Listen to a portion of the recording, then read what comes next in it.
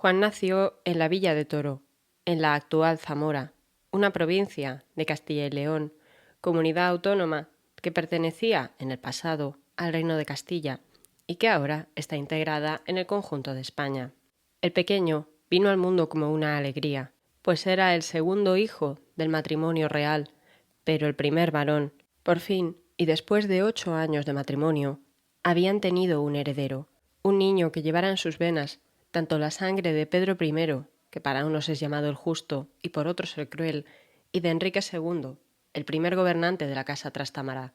aquel que lo asesinó después de la batalla de Montiel. Hacía ya más de 40 años. Por fin era un niño que unía en sus venas la sangre de los Trastámara bastardos y de los legítimos miembros de la Casa de Borgoña, el ingrediente que podía poner paz a todas las guerras, o no a todas, porque ahora los Trastámara se habían enemistado entre ellos que siempre habían luchado codo con codo, los hermanos unidos, durante la vida de Juan, se enzarzarían en una guerra que duraría más de 2 décadas. Una guerra intermitente, sí, pero una guerra al fin y al cabo, y una guerra que estaría a punto de enemistarle para siempre con su primo hermano Juan, aquel que sería ni más ni menos que el padre de Fernando el Católico, y no es para menos, puesto que nuestro Juan II de Castilla, el personaje cuya vida os voy a narrar hoy, fue el padre de Isabel la Católica. Así pues, esta es la historia de cómo los Trastámara estuvieron a punto de romper sus lazos familiares y estratégicos para siempre, pero también la historia de cómo consiguieron aguantarlos.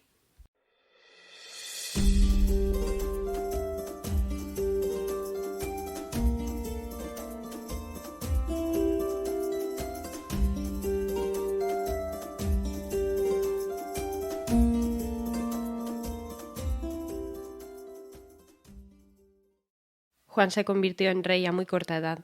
Cuando tenía 1 año, en 1406, falleció su padre, el rey Enrique III de Castilla, siendo todavía muy joven para morir,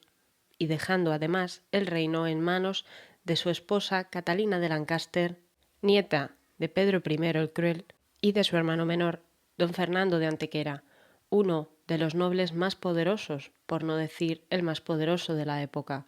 pues el padre de ambos, el rey Juan I de Castilla, había dejado a Fernando, el segundo en la línea de sucesión, el infanzón, bien cubierto tal vez para compensar el hecho de que no iba a ser rey, o tal vez para garantizar que siempre apoyase a su hermano, o tal vez porque sencillamente, oye, si eres el rey, el que parte y reparte se lleva la mejor parte, y a mediados del siglo XIV, ya hacia finales, entrando en el siglo XV, era importante para la corona castellana conseguir afianzar su posición en el trono. Y afianzar su posición en el trono implicaba que los miembros de la Casa Real tuvieran fuerza, tuvieran capacidad de arremeter contra los nobles, pero también de mantenerlos a su lado. Todo es una cuestión de equilibrio. Siendo así, la reina Catalina y don Fernando se quedarían con la regencia hasta que Juan cumpliera los 14 años y las Cortes del Reino lo declarasen mayor de edad. Pero hubo un problema con el que no contaron y del que ya os he hablado en otras ocasiones, cuando os conté la vida de don Fernando. Pero la reina Catalina no se llevaba bien con su cuñado. Consideraba que Fernando siempre había mostrado una gran ambición y que su ambición buscaba afectar no tanto a la vida del rey, al cual debía proteger teóricamente, sino más bien a la vida de sus propios hijos, que al final también es lo normal cuando uno es padre. Fernando se había casado con la rica hembra Leonor de Alburquerque y tenían unos cuantos hijos, la mayoría varones, que tenían todas las posibilidades de convertirse en los próximos grandes señores de Castilla. Una posibilidad que se incrementó todavía más en 1412, cuando las reuniones de Caspe, en Aragón, terminan eligiendo a don Fernando como nuevo rey de la corona de Aragón, de entre todos los candidatos que había. Cuando esto ocurre, don Fernando se traslada con el resto de su familia a Aragón para ser jurado como rey y para estabilizarse en el reino. Sin embargo, Fernando no va a abandonar la regencia de su sobrino Juan y va a enviar para que le sustituyan o a una manera de sustitutos, que no lo eran exactamente, a su hijo Enrique, mientras que su hijo mayor Alfonso se tendrá que quedar como nuevo heredero al trono de Aragón, y su segundo hijo, Juan, se convertirá durante un tiempo en lugarteniente de Sicilia, un lugar donde conocerá a Blanca de Navarra, una mujer que había estado casada con uno de los hijos del último rey de Aragón y que ahora ejercía también como lugarteniente en la isla. Cuentan que el joven Juan, el hijo del aragonés, se quedará prendado de la belleza de esta mujer, pero pronto tendrá que dejarla ir, pues ella regresará a su reino, a Navarra, donde su padre gobernaba y donde tendría que comenzar a prepararse para ser la próxima reina de Navarra. Mientras tanto, Enrique, el tercer hijo de la familia, se quedará en Castilla como una suerte de lugarteniente o de guardián de los intereses castellanos de la familia, aunque Enrique también se desplazaría a Aragón. Sin embargo, la reina Catalina tenía otros problemas. Ahora que don Fernando estaba gobernando en Aragón, tenía que ser ella la encargada de aplacar los intereses y la ambición de uno de los pajes de su majestad el rey Juan. Se trataba de un muchacho llamado Álvaro de Luna. La familia de Luna era originaria de Aragón y era una familia de mucho poderío. Y además, este muchacho, Álvaro, era un sobrino lejano del Papa Benedicto XIII, el Papa Luna, que pronto se convertiría en antipapa, aunque por ahora era el Papa de Aviñón. A este muchacho había entrado al servicio de la corona y don Fernando nunca lo había querido, pero, paradójicamente, la reina Catalina tampoco. Era alguien que buscaba regalarle mucho los oídos al joven rey Juan. Era alguien que buscaba ganarse su confianza y estaba claro que alguien que venía desde tan alto o desde una familia tan grande no iba a quedarse conforme con un simple puesto en la corte. Por lo que Catalina pasaría sus últimos años como regente, como reina madre y como persona viva en general, tratando de mantener a rajatabla las ambiciones de don Álvaro de Luna. Pero todo esto cambiaría muy pronto. Cambiaría 4 años más tarde, cuando don Fernando falleciese en 1416. A partir de ese momento y poco a poco, su esposa, la viuda Leonor de Alburquerque, regresará a Castilla, poco a poco, en compañía de sus hijos, y tendrán un nuevo jefe de la Casa de Aragón en Castilla. Se tratará del segundo hijo, Juan, a quien sacarán de Sicilia y enviarán a Castilla a controlar al rey Juan y a controlar los intereses de la familia, por lo que en ese momento, en un principio, Juan hará compañía a su hermano Enrique en las tareas de manejar las tierras, los feudos, las mercedes y los beneficios en general que obtenía la familia de Castilla. Y de paso tratarán de mantener la influencia sobre el rey, porque Álvaro de Luna cada vez más iba ganando poder e iba arrinconando a la reina Catalina, y eso no les gustó a ellos tampoco, pues no querían compartir el poder sencillamente. Y en aquel momento, con un rey menor de edad, el poder lo tenía quien manejaba a su majestad. Es por ello que Juan, infante de Aragón, ahora infante de Aragón, ex lugarteniente de Sicilia, se va a convertir, por testamento de su padre, el difunto rey Fernando,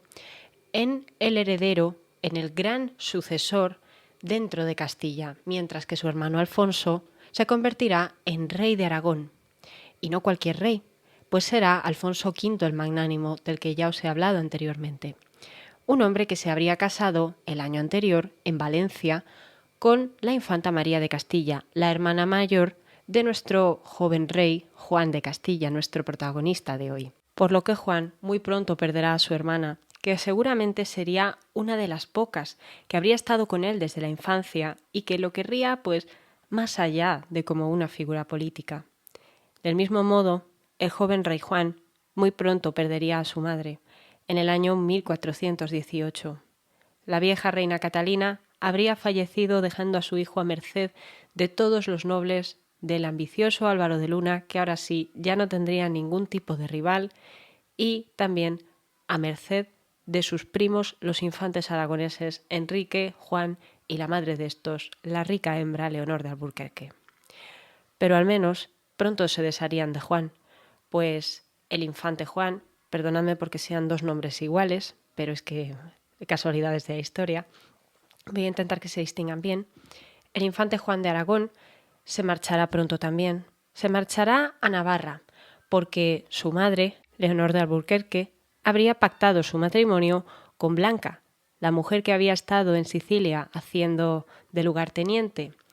y esto le habría convertido, o le convertiría en un futuro, en el rey de Navarra.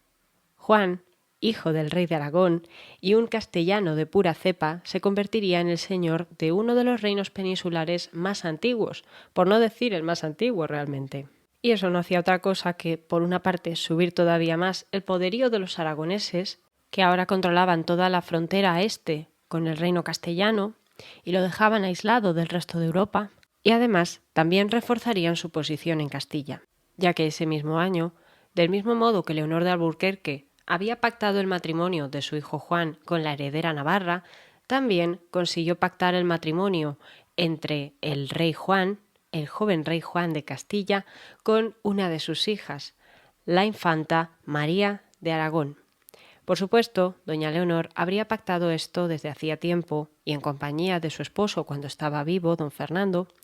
con la reina Catalina de Lancaster. Los Trastámaras estaban empezando a casar entre ellos más que nada para conservar seguramente las alianzas políticas. A fin de cuentas eran familia y era más fácil de mantener. Por supuesto, los reinos peninsulares siempre se habían casado entre ellos, los reyes siempre se habían casado entre ellos. Y no hay mucha información sobre qué pensaba el joven Juan, como os digo, de menos de 14 años, sobre su esposa, la joven María de Aragón, y el motivo de esto probablemente sea que su unión era política, era una unión por intereses, les interesaba a las familias, les interesaba a los reinos y de alguna manera les interesaba a ellos. Iban a tener que tener hijos, iban a tener por tanto que dormir juntos, pero no se sabe a ciencia cierta qué pensaba Juan de ella ni qué pensaba ella de Juan. Lo que sí se sabe es que tardarían unos pocos años en tener hijos. Y para que me entendáis, os diré que el primero de esos hijos llegó después de que ocurriese una catástrofe que tal vez, distanciaría un poquito a Juan de su esposa María, y el culpable no fue otro que el infante aragonés que se quedó en Castilla dirigiendo todos los intereses de la familia de Aragón. Es decir, el infante Enrique, que era señor de Ledesma, señor de Villena y además el maestre de la Orden de Santiago desde que tenía 9 años, un título que le había conseguido su padre, el difunto Fernando I de Aragón. Y si esto os ha resultado confuso, os pido que tengáis paciencia porque ahora lo vais a entender todo. Fue este ilustrísimo rey, de gran y hermoso cuerpo, blanco y colorado mesuradamente, de presencia muy real, tenía los cabellos de color de avellana, mucho madura, la nariz un poco alta, los ojos entre verdes y azules, inclinaba un poco la cabeza, tenía piernas y pies y manos gentiles. Descripción del rey Juan II de Castilla, por Fernán Pérez de Guzmán, crónica del señor rey don Juan.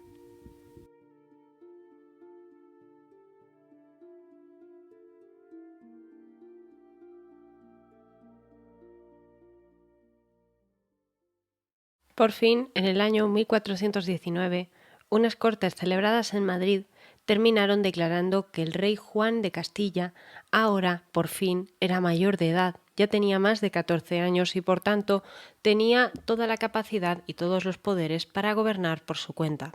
en un momento donde la corona, ya os he dicho antes, estaba por afianzarse. Aunque ya llevaba tiempo afianzada, pero hablamos de una forma de afianzarse más fuerte. Digamos que el rey se iba a sobreponer o se estaba sobreponiendo a los nobles. Es la gran aportación de los Trastámara a la historia. Y este momento iba a ser recibido por toda la corte, por toda la nobleza y por toda Castilla como una señal de alerta. Había 3 facciones que poco a poco se iban formando. De un lado estaba el poderoso Álvaro de Luna, que cada vez iba ascendiendo y ya era uno de los privados favoritos de su majestad. Pero ahora, con más motivo, iba a ser temido, pues el favorito de su majestad, una vez que su majestad ya no tiene ningún tipo de control de regencia con él, iba a poder darle los títulos que quisiera, las propiedades que quisiera y le iba a poder dejar ascender lo que quisiera. Con el tiempo, la figura de Álvaro de Luna se convertiría en una de las más tiránicas del siglo XV castellano, o por lo menos sería considerado así por parte de la historiografía. Esa era una de las vertientes que había, una de las facciones que se montaron alrededor del rey Juan II. Pero luego había otras dos, formadas por los infantes de Aragón, que sin embargo no estaban tan juntas como cabría esperar. El infante aragonés Juan, que ahora estaba casado con la heredera al trono de Navarra y pronto sería rey consorte, y por otra parte su hermano Enrique, que tampoco estaba tan cerca de su hermano como cabría esperar. Ya os he dicho que Enrique era señor de Villena y gran maestre de la Orden de Santiago, y por tanto no quería perder todo el poderío que había ostentado hasta la fecha, ni a manos de un rey que iba a ensalzar a la figura de Álvaro de Luna, ni tampoco a manos de su hermano, que pronto sería rey, y él, que era el tercer hijo de don Fernando de Antequera, primer rey aragonés de la Casa de Trastámara, no se quería quedar sin su trocito de gloria, pues recordemos que Enrique tenía la desgracia de ser el tercer varón de esa familia de los infantes de Aragón. Su hermano mayor Alfonso era el rey de la corona de Aragón. Su segundo hermano Juan iba a ser rey de Navarra. ¿Y él qué iba a ser? ¿Se iba a quedar como un noble más? No. Y decidió tomar cartas en el asunto. Decidió convertir a su facción en la facción ganadora, pero eso le llevaría a intentar tomar el poder por la fuerza. En el año 1420, Enrique va a dar un golpe en las Cortes de Tordesillas, unas cortes que se estaban celebrando en esta ciudad, y allí va a secuestrar el palacio con el rey dentro y con la reina, su hermana María, dentro también. El objetivo iba a ser mantener al rey como un rehén hasta que, Dios sabe cómo, aceptara someterse a las ideas de don Enrique.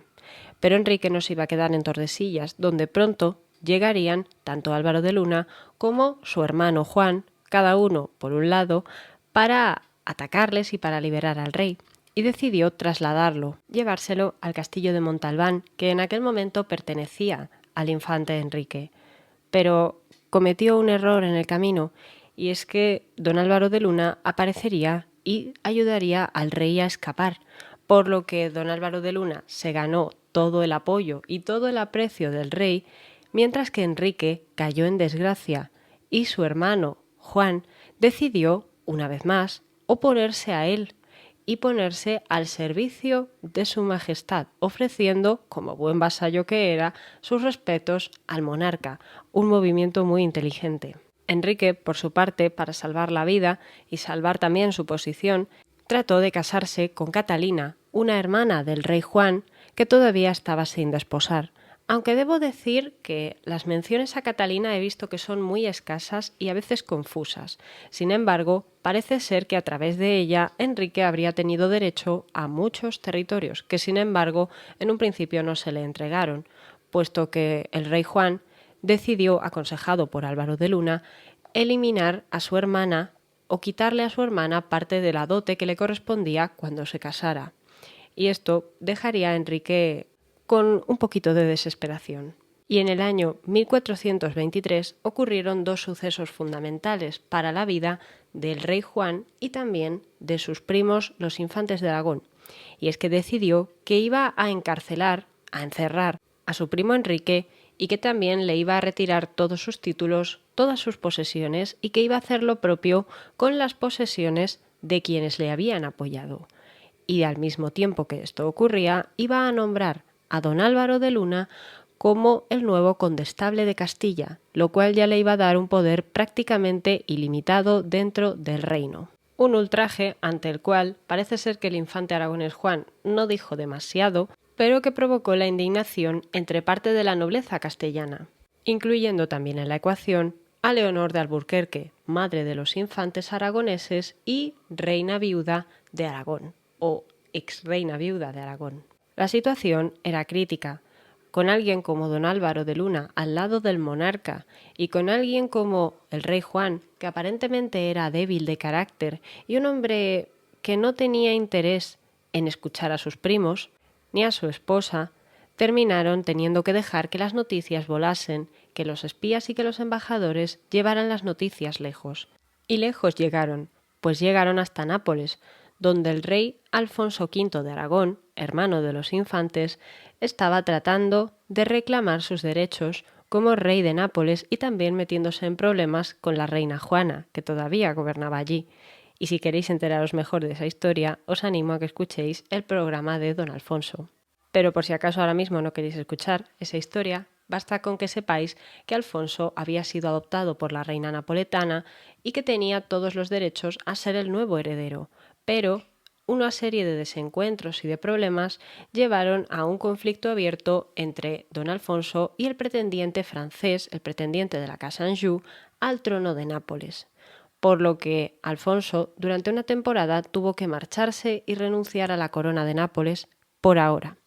Regresaría a sus territorios peninsulares, donde le esperaba su esposa, la hermana del rey Juan de Castilla, viviendo en Valencia, y donde además tendría que intervenir en la contienda que había en Castilla y en los conflictos entre sus hermanos Juan y Enrique. Es altamente probable que, para conseguir que Alfonso interviniera aquí, su madre, Leonor de Alburquerque, tuviese un papel. Como madre que era, no querría que sus hijos estuviesen en guerra o en pie de guerra. Y también el hecho de que la reina castellana fuese una de las infantas aragonesas no iba a hacer menos presión para que Alfonso quisiera poner orden en la tierra donde había nacido y donde habían nacido todos los Trastámara.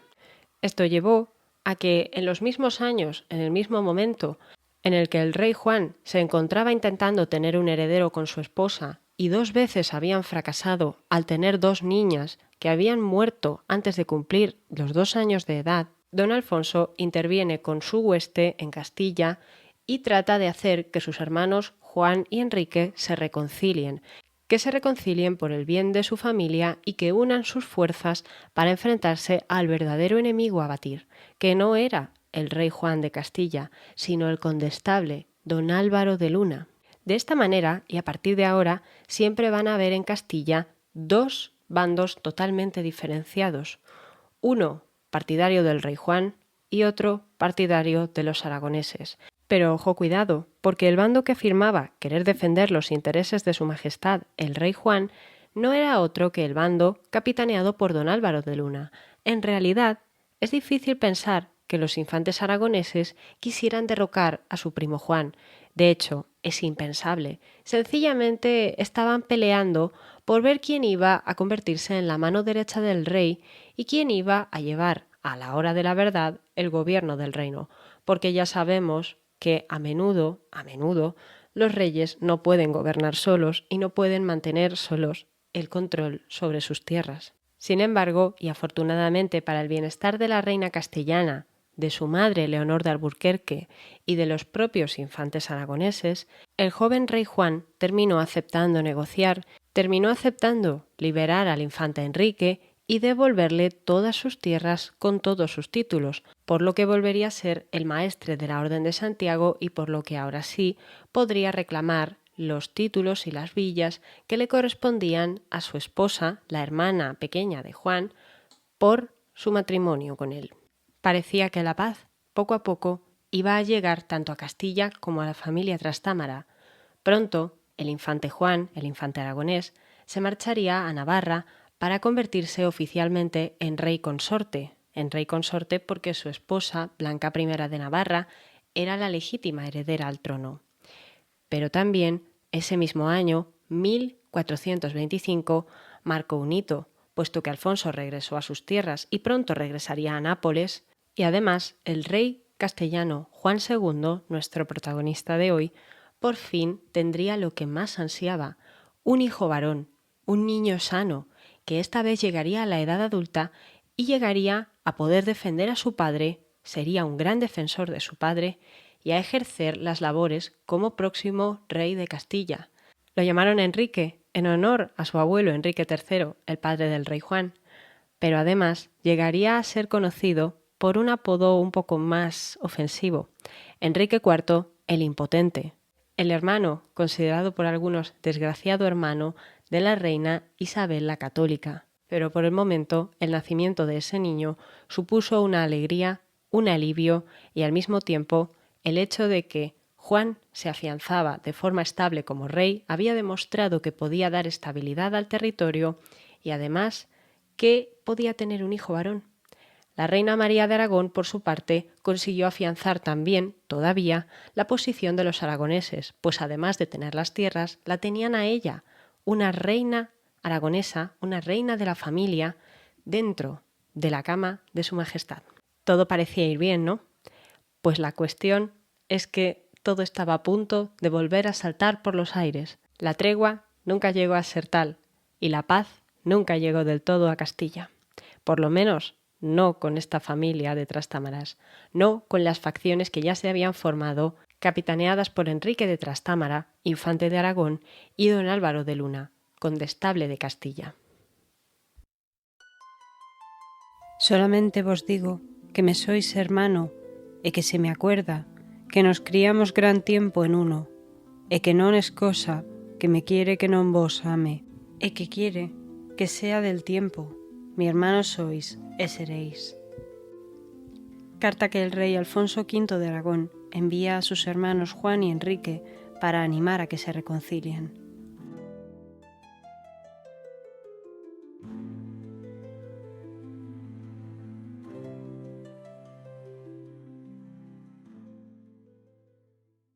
A pesar de que teóricamente todo había vuelto a su cauce, es cierto que las políticas cada vez más agresivas del condestable de Castilla, Álvaro de Luna, para con la nobleza y específicamente para con los que eran partidarios suyos, empezaron a molestar a otra parte de la nobleza, que poco a poco se fue uniendo cada vez más al bando que representaban los infantes de Aragón, Juan y Enrique, ahora reconciliados. De manera que, en torno al año 1427, se vivió el primer intento serio por expulsar al condestable don Álvaro de Luna de su puesto y de Castilla en general. Fue difícil y el rey se resistió a ello. Juan no quería prescindir de su buen amigo y aliado desde siempre, por lo que en un principio no quiso saber nada, pero finalmente tuvo que ceder. Aún así, el destierro no fue tan lejos. No salió de Castilla realmente, y realmente tampoco se marchó ni dejó de tener influencia, pues siguió en contacto con el rey. En total, don Álvaro estuvo exiliado un total de 5 meses, tras los cuales regresó y los infantes volvieron a estar en jaque y enemistados con el rey, quien decidió que Enrique debía de marcharse a Granada a hacer la guerra contra los nazarís, mientras que Juan iba a ser expulsado de la corte y enviado a Navarra, que a fin de cuentas era el reino que le correspondía por matrimonio. Sin embargo, Juan no se dio por vencido y las tensiones se escalaron, pues los infantes consideraron que era un intento por alejarlos cada vez más de la influencia que les correspondía como parientes del rey y como grandes señores de Castilla, por lo que terminaron en una breve guerra que sin embargo manifestó por una parte la habilidad militar de don Álvaro de Luna y por otra parte la incapacidad y cada vez más frágil alianza que había en la liga nobiliaria que formaron los infantes aragoneses, los cuales, después de sufrir distintas derrotas, terminaron aceptando sentarse con el rey y firmando la tregua o el Tratado La Paz de Majano en el año 1430. Un momento en el cual el rey Juan tenía un total de 25 años. Un rey joven y lozano que dejó en ridículo a sus primos, los cuales tuvieron que abandonar Castilla y alejarse de sus tierras y de sus títulos. Terminaron teniendo que marcharse todos, y tras esto vino un momento donde aquellas familias que habían sido más leales a Álvaro de Luna, que vendrían a ser el bando formado por los Álvarez de Toledo y los Carrillo, aunque eran de una nobleza un poco más baja que los nobles que habían apoyado a los aragoneses, comenzaron a recibir los beneficios y a probar las mieles del éxito, pues fueron los grandes recompensados del momento, un momento donde el condestable de Castilla se hace con el poder y lo mantendrá de forma más o menos efectiva y sin demasiadas interrupciones o complicaciones hasta 5 o 7 años más tarde, hasta que en el año 1437 los infantes aragoneses regresen a Castilla y de nuevo se conviertan en los líderes de una liga de nobles que se opondrá a Álvaro de Luna y que buscará expulsarlo de Castilla nuevamente para ponerse ellos como los grandes líderes de la corona, o los grandes líderes de la corte, mejor dicho. Pero ahora, concretamente, el que va a destacar de los dos hermanos aragoneses va a ser Juan, que, como ya os decía, ahora es rey consorte de Navarra y, ya que Alfonso, su hermano, el rey de Aragón, está en Nápoles viviendo y no regresará jamás a Castilla, pues tiene que hacerse cargo de lo que es la herencia paterna y materna. Y es importante, además, pararle los pies a Álvaro de Luna porque además se ha casado con una mujer de la familia Pimentel, una de las más antiguas de Castilla y que además está emparentada de forma lejana con el primer Trastámara Enrique II. Por lo que de alguna manera ese acto de Álvaro de Luna se mostrará de alguna forma demasiado arrogante para su persona. Por no mencionar que Juan le había permitido que se quedara con distintas tierras como son el Infantado, San Martín de Valdeiglesias, Maqueda o Montalbán. Todo una ampliación del patrimonio que le ayudará a darle a su propio hijo, Juan de Luna, el hijo del condestable, un buen lugar de cara al futuro. Le estaba haciendo consolidar un linaje que esperaban llegase a crear una gran casa nobiliaria. Pero ojo, que para el momento en el que los infantes regresan a Castilla, en 1437, se encuentran con la situación de que el infante, el futuro heredero al trono de Castilla, el príncipe de Asturias, Enrique, ya es un muchachito de unos 11-12 años y está totalmente imbuido por la influencia del condestable de Castilla. Y esto sí que es peligroso porque quien tiene al príncipe tiene el futuro de la corona en sus manos y el rey, Juan, no parece estar muy molesto por el asunto. De hecho, parece que le molesta más el regreso de sus primos aragoneses, y eso que acababan de terminar una breve guerra con Granada. Digamos que Álvaro de Luna en este momento se convierte como una especie de precursor, podríamos decir, aunque quizás historiadores que haya escuchando se llevarán las manos a la cabeza por decir esto, pero podría ser una suerte de precursor a grandes rasgos de los válidos que asesorarían a los reyes españoles en el siglo XVII. Concretamente, estamos pensando, por supuesto, en el duque de Lerma, que se ocupará de Felipe III de Habsburgo, más o menos a partir de la segunda-tercera década del siglo XVII, y el conde duque de Olivares, que se ocupará del hijo de Felipe III, Felipe IV, durante el resto del siglo XVII. Por eso, es una imagen quizás un poco vaga, quizás no sea la comparación más acertada, pero es para que nos hagamos una idea de cómo a veces un hombre que no era el rey, ya en esta época, ya en este siglo XV, podía llegar a ostentar tanto poder como el rey o incluso más, porque el rey a veces podía estar un poco más desentendido o estar pensando más en otros asuntos. Es por eso que alguien, ajeno a la corona, ajeno a la dinastía, había tomado tantísimo poder y por eso además había reunido a su alrededor a nobles de quizás no tanto prestigio social como los que apoyaban a la vieja nobleza que representaban los infantes de Aragón, y por eso era visto con tanto recelo y necesitaba a mujeres como las de la casa Pimentel para asentarse en su posición y para legitimar su propio linaje. Y aquí viene la parte graciosa que ocurre cuando los infantes Enrique y Juan regresan a Castilla, y es que la casa Pimentel, los condes de Benavente, se van a aliar con ellos. ¿Por qué? Porque son una familia antigua, una familia de la nobleza con mucho prestigio, pero además son una familia que había emparentado con Álvaro de Luna. ¿Qué sentido tenía este movimiento, este cambio de bando? Sencillamente que los condes de Benavente y la familia del adelantado de Castilla se habían visto en problemas. En su día habían apoyado a Álvaro de Luna, pero ahora veían en él a alguien a quien había que quitar de en medio. Había que apartar al rey de Álvaro de Luna y a Álvaro de Luna del rey. Pero ojito, porque en este momento entra una tercera vía que nadie se esperaba en la corte, y es la vía que forma el cada vez más crecido infante o príncipe de Asturias, Enrique, junto a sus nuevos aliados, de entre los que destacan los Girón y los Pacheco, Juan Pacheco y Pedro Girón, dos hermanos que sin embargo van a dar mucho que hablar también durante el reinado de Enrique, el futuro reinado de Enrique, y los primeros tiempos en la vida de Isabel la Católica. Si habéis visto la serie de Isabel, quizás hayáis visto las representaciones que se hacen de ellos, pero por el momento simplemente eran nobles en ascenso que se habían conseguido relacionar muy bien con el futuro príncipe de Asturias, bueno, con el ya príncipe de Asturias, futuro rey de Castilla. Así pues, teniendo instauradas a las tres facciones que había en aquel momento, hay que mencionar un suceso que volvería a prender la mecha, pero esta vez la mecha de una guerra una guerra civil castellana que duraría desde este año 1437 hasta el año 1445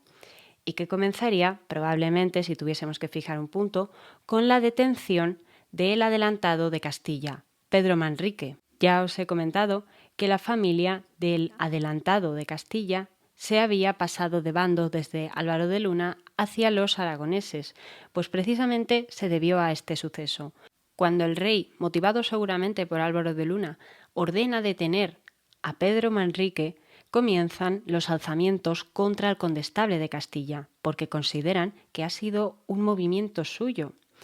Y este movimiento de alzamientos contra el condestable, van a estar apoyados por el infante Enrique y también, hasta cierto punto, con Juan de Navarra, que sí había regresado y quería eliminar a Álvaro de Luna, pero tampoco pretendía que se volviese demasiado violento el asunto.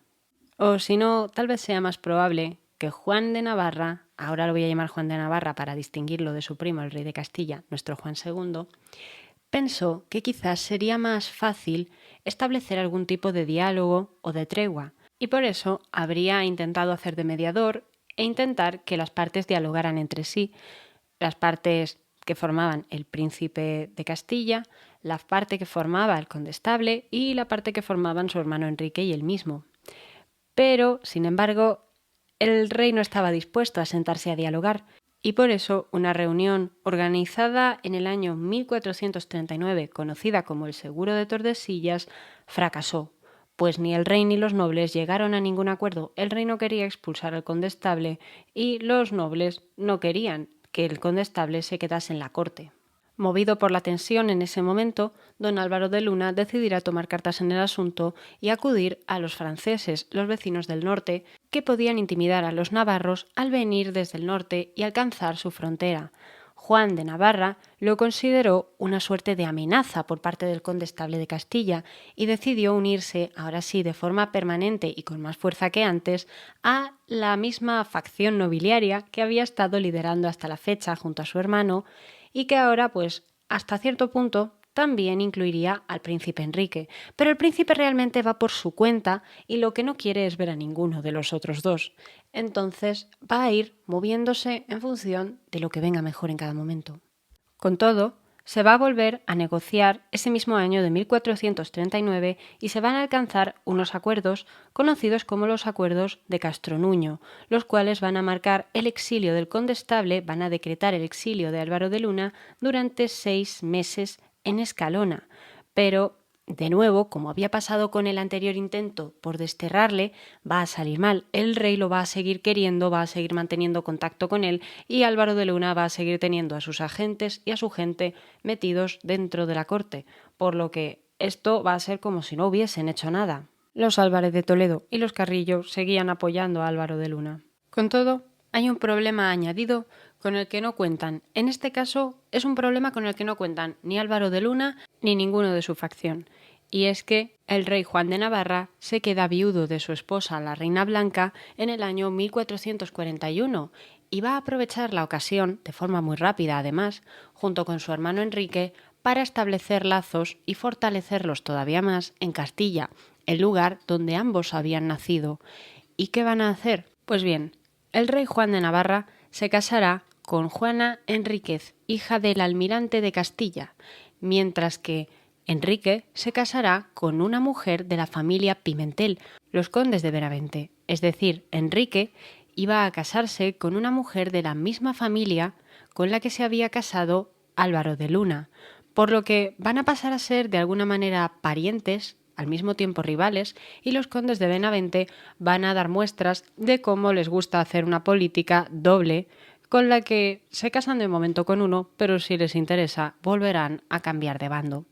Con todo, en un principio la liga nobiliaria se va a ver reforzada con este suceso y las tensiones van a continuar escalando, hasta el punto de que van a volver a tomar las armas. Y esta vez, para que veáis cómo las facciones se iban intercambiando los papeles de pelear y mediar en cada momento, esta vez será el príncipe Enrique, el príncipe de Asturias, el que se ponga a intentar hacer que las partes medien y se arreglen. Pero ante la imposibilidad de alcanzar ningún acuerdo, van a comenzar los enfrentamientos bélicos y, por supuesto, toda la destrucción que eso implicaba. Don Álvaro de Luna eliminará a la Liga de los Nobles en zonas como Torote, pero luego se irá trasladando poco a poco el conflicto a todas partes del reino. Por su parte, el rey Juan también va a decidir tomar las armas y tomar la iniciativa y tomar el castillo de la Mota, y además también tomará la villa de Olmedo, que pertenecía al rey Juan de Navarra, y además, para colmo, se lanzará a conquistar Medina del Campo, una de las principales ciudades de Valladolid, con la mala fortuna que los hombres del rey Juan de Navarra y Juan de Castilla, para que los distingáis, van a decidir regresar y hacer una represalia bastante fuerte contra Medina del Campo,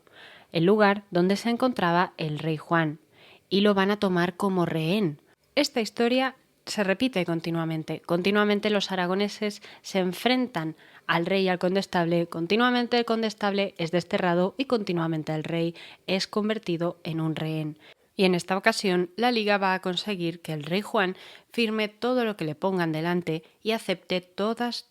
y cada una de sus demandas, entre ellas, otra vez, desterrar a Álvaro de Luna y ceder en todo tipo de mercedes y prebendas para los aliados de los infantes aragoneses. Parecía que Juan de Navarra se había hecho de forma efectiva con el gobierno de Castilla. Sin embargo,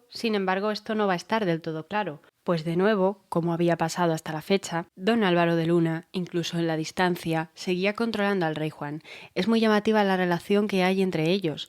esa confianza que tiene el rey prácticamente ciega en su condestable, en su amigo, en el hombre que ha estado con él desde la infancia. Es muy llamativo. Pero a Juan de Navarra y a su hermano Enrique esto no les va a gustar y van a terminar por llegar a una situación desesperada. Van a repetir lo mismo que ocurrió en Tordesillas en 1420, la misma empresa que intentó hacer el infante Enrique de Aragón y que no les salió bien. Van a intentar tomar al rey como rehén. Van a intentar tomar a Juan II de Castilla como rehén. Y lo conseguirán en un golpe maestro que se dio en una reunión del Consejo Real en Rámaga en julio, en verano de 1443, y por fin consiguieron o intentaron deshacerse de los principales apoyos del condestable.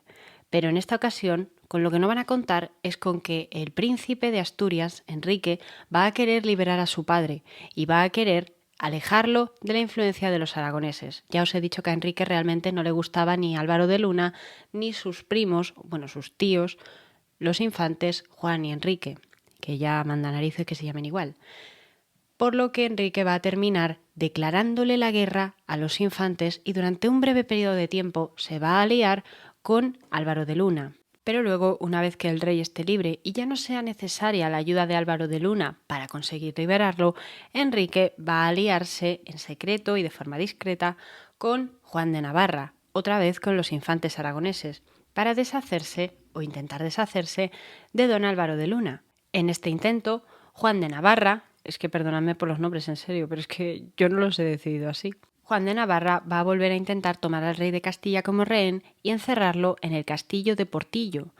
Pero otra vez esta historia iba a dar un nuevo giro de guión, un nuevo vuelco, y es que el rey de Castilla iba a volver a escapar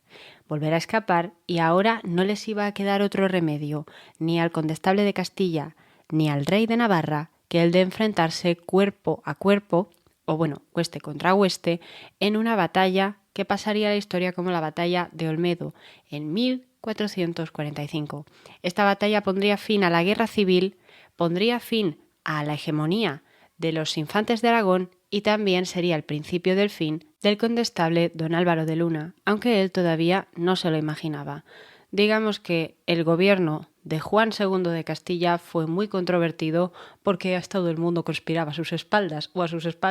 o en su cara. Considerando, como he dicho, el maestrazgo en la caballería del que es una de las más principales e notables cosas de mis reinos,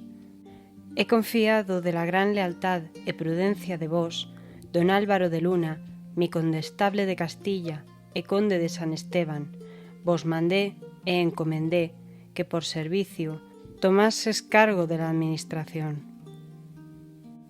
Carta donde el rey Juan II le entrega a Álvaro de Luna la dirección de la caballería de la Orden de Santiago.